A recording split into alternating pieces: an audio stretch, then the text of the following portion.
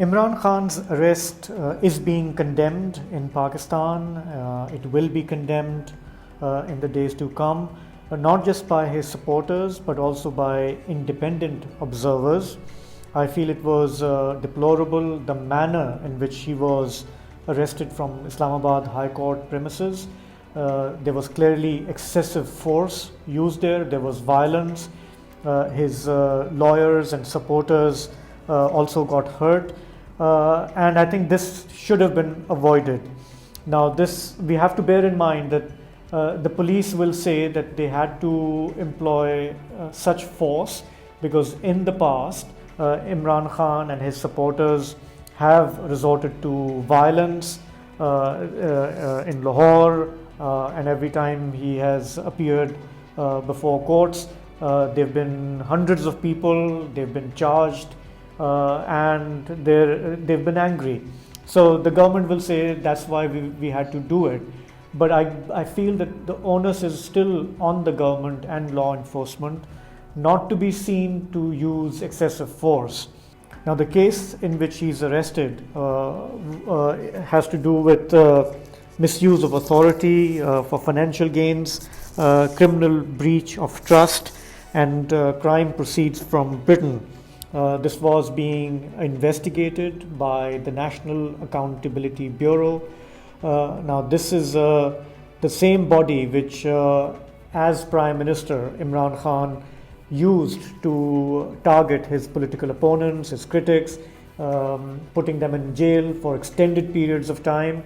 And at the time, he felt that he was leading a crusade against corruption.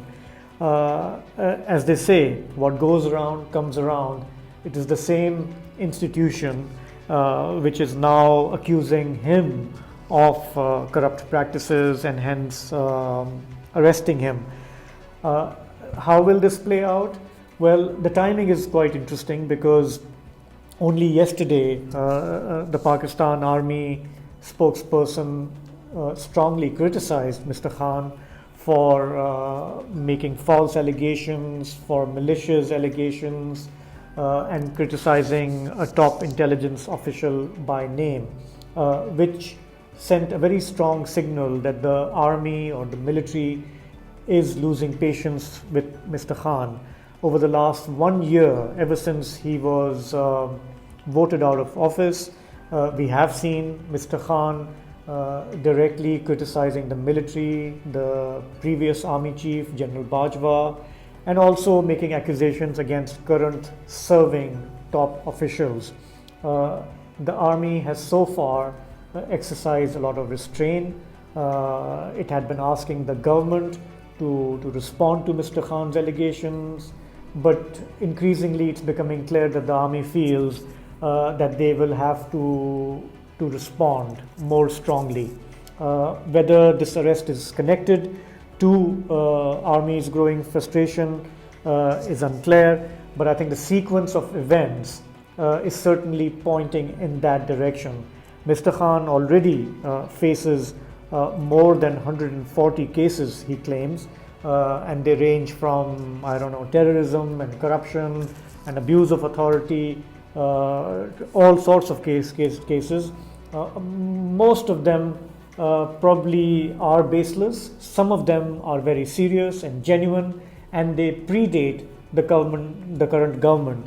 Mr. Khan has always said that everybody should be equal before the law, but I think his behavior demonstrates that he considers himself above the law because he feels he's the most popular leader in Pakistan.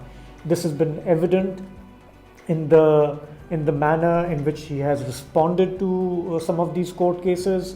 He has been reluctant to present himself before many of these cases.